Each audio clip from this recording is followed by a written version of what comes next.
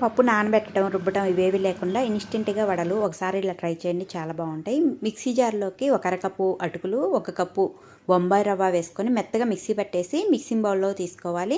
రవ్వ, అటుకులు తీసుకున్న బౌల్‌తోనే ఒక కప్పు పెరుగు కూడా వేసుకొని వాటర్ ఏమి యాడ్ చేయకుండా మిశ్రమాన్ని అంతా బాగా కలిపేసుకోవాలి.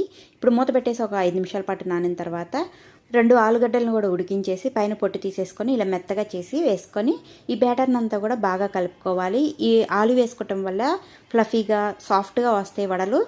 ఇప్పుడు కట్ చేసి పెట్టుకున్న ఉల్లిపాయ, పచ్చిమిర్చి, ఒక స్పూను జీలకర్ర, సన్నగా తరిగిన అల్లం ముక్కలు, అలాగే కొత్తిమీర, కరివేపాకు, రుచికి సరిపడిన సాల్ట్ వేసుకొని బాగా కలుపుకున్న తర్వాత ఇప్పుడు ఓ పావు టీ స్పూను వంట సోడా, కొద్దిగా వాటర్ కూడా వేసుకొని బ్యాటర్ని అంతా కూడా ఒక 2 నిమిషాల పాటు ఈ విధంగా బాగా కలుపుకోవాలి. నీళ్ళ తడి చేసుకొని తగినంత ఈ పిండిని తీసి ఇలా వడల్లాగా చేసుకొని వేడివేడి ఆయిల్లో వేసుకొని ఫ్రై చేసుకొని తీసేసుకోవాలి. ఆలుతో చేస్తున్నాం కాబట్టి చట్నీతో పని లేకుండా టమాటా కెచప్ వేసుకొని తిన్నా లేదా ఒట్టివి తిన్నా చాలా టేస్టీగా ఉంటాయి.